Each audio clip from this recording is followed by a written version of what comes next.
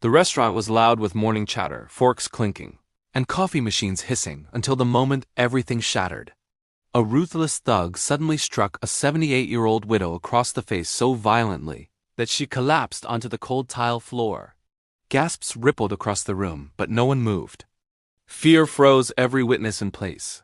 The man towered over her, smiling as if he ruled the entire town, convinced no one would ever dare stop him. But that morning he made the biggest mistake of his life. Because he had no idea that her son, a Navy SEAL, was just seconds away from walking through the door, with his loyal Belgian Malinois by his side. The entrance bells jingled.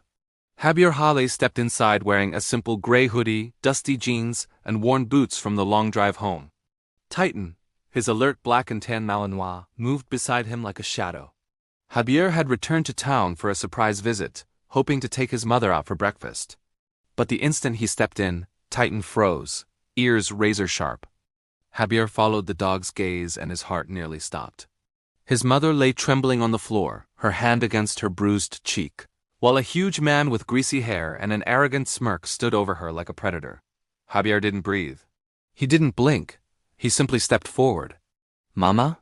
His voice was too calm. The bully, known around town as Travis Boyd, slowly turned toward him. "Oh, look," he sneered. The old lady brought back up. Titan released a low growl, deep enough to make a few customers flinch. Javier knelt beside his mother, gently touching her shoulder. "He hit you?" She tried to deny it, but tears filled her eyes. "Javier, don't do anything reckless." Travis barked a laugh. "Yeah, listen to her, little soldier boy. Sit down before you end up on the floor too." Javier rose. He wasn't huge, but he carried that unmistakable SEAL stillness, controlled, lethal, unreadable. Titan aligned beside his right leg, muscles coiled, waiting for one word. "Titan," Javier said softly. The dog sat barely, but his eyes locked onto Travis with sniper-like intensity. Javier stepped forward. "You're going to apologize to my mother." "Apologize?" Travis laughed loudly. "She bumped into me. I teach respect." "You teach fear," Javier answered. "That's not the same thing." Travis puffed his chest. "You must be the Navy boy she brags about. What are you gonna do? Give me a speech?" He jabbed a thick finger into Javier's chest. The entire restaurant held its breath.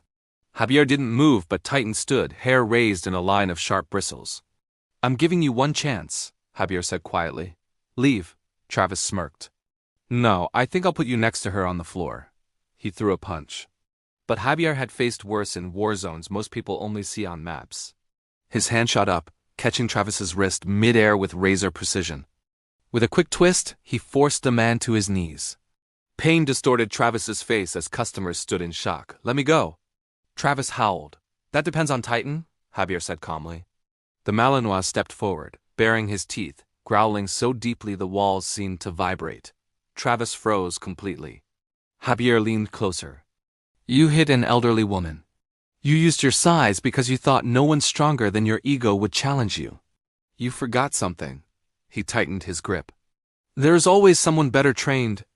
And with far less fear, Travis whimpered while Titan's growl deepened. The restaurant manager, a small woman named Nina, finally spoke. "He has terrorized us for years. We tried reporting him. He threatens anyone who tries." "Shut up," Travis hissed. "Titan," Javier ordered.